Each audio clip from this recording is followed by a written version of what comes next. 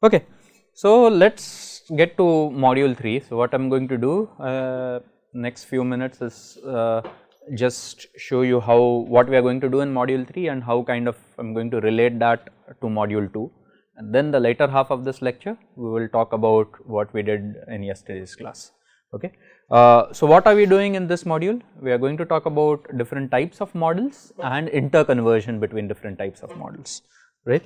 So, just to recap, we have defined inputs and outputs, and hopefully now you have a much better understanding of what that state means. Okay. So, when we are talking about first principles of phenomenological models, the states have a physical meaning, which, so for example, in a blender type of a problem, height and the purity or mole fraction of the species, those are the states. Okay. In the examples that you saw yesterday, states do not have a physical meaning, they have a physical interpretation. If it is a finite impulse response, then the states that we took, the example that we took, the states were past n input moves. If it is finite step response models, then the state that we took was the predictions of future n outputs, assuming we are not making any change in future inputs. Okay. So, those are again imaginary constructs, right. Future outputs, assuming we are not made any inputs, that is actually not happening in reality.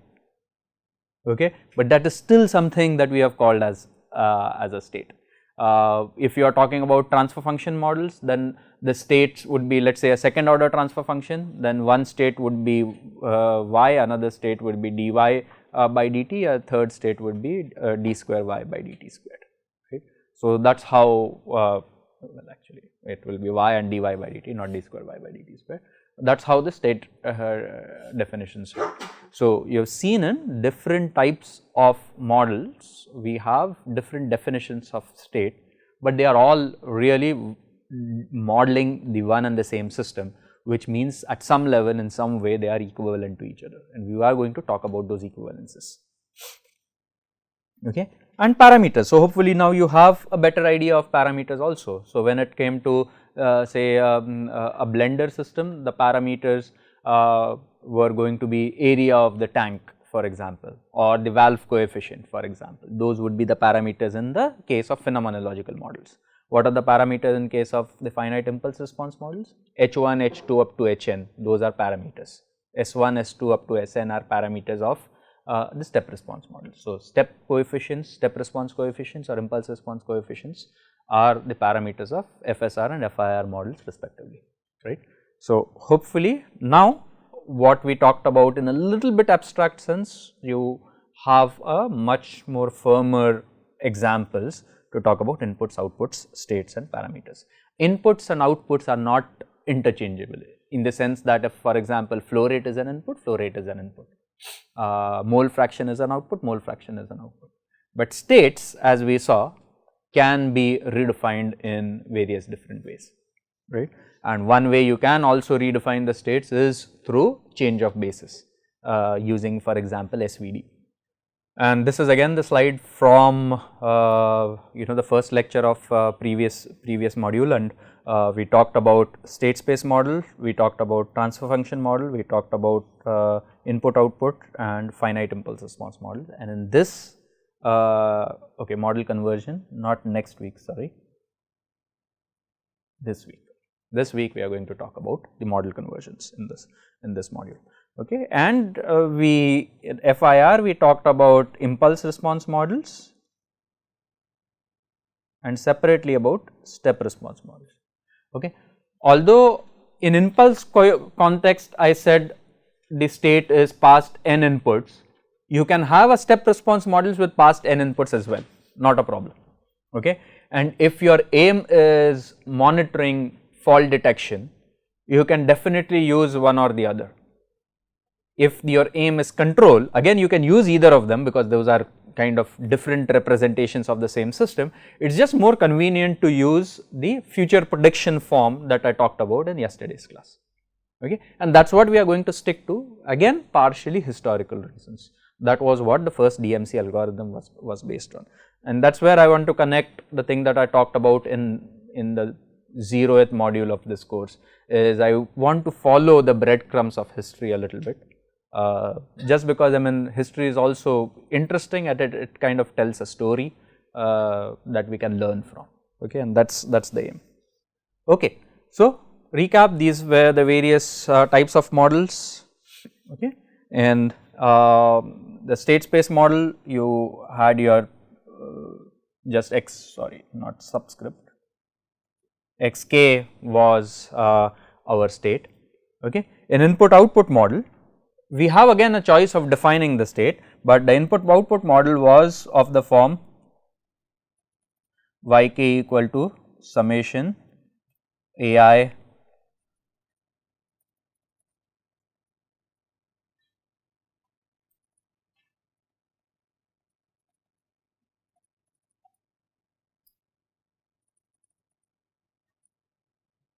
okay. If that is the case, you have the choice of defining your xk, okay. This term I am going to use to represent defined as, okay. So, in this case you could for example define y xk as yk minus 1, yk minus 2 up to yk minus n, uk minus 1, uk minus 2 up to uk minus n. This could be for example one definition of your state for the input output models, okay. Impulse response models, we had said yk is equal to summation hi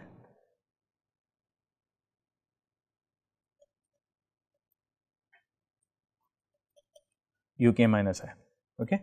And the way we had defined xk, I will come to that in the next slide.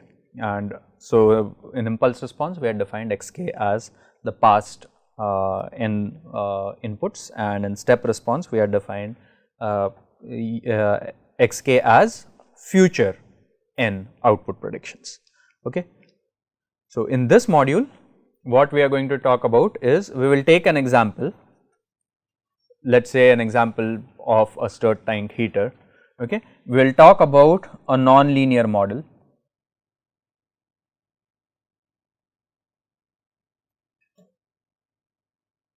we will talk about how to linearize the model, okay. Again, because this is not a chemical engineering control class, this is intended to be a more broader control. I am not going to talk about how to get a non-linear model of this type, okay. Just going to talk about if a non-linear model is there, what can you do with it, okay. I am not going to talk about the modeling details, that is not for this particular course, okay.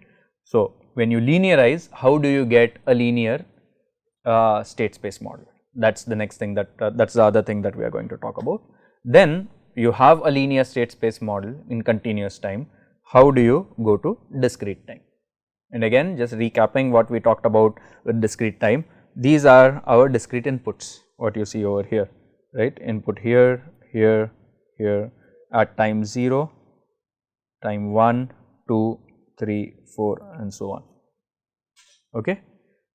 With 0 order hold, this is how our continuous time input is going to be, okay. Our D2A digital to analog converter that we are going to use is just a 0 order hold. So, this is the actual input signal that goes into the system, okay. The system responds, and let us say this is the output, that is our yk, okay. And then we sample this yk in order to get a stem function of this type, okay. When we talk about a discrete time model, when we talk about a continuous time model is mapping between this these two graphs, if you will, okay. Discrete time model is a mapping between the entire thing. So, there is a D to A converter system and A to D converter, all of them incorporated into a discrete time model. And how do we go from continuous to discrete time is what we are going to talk about as well.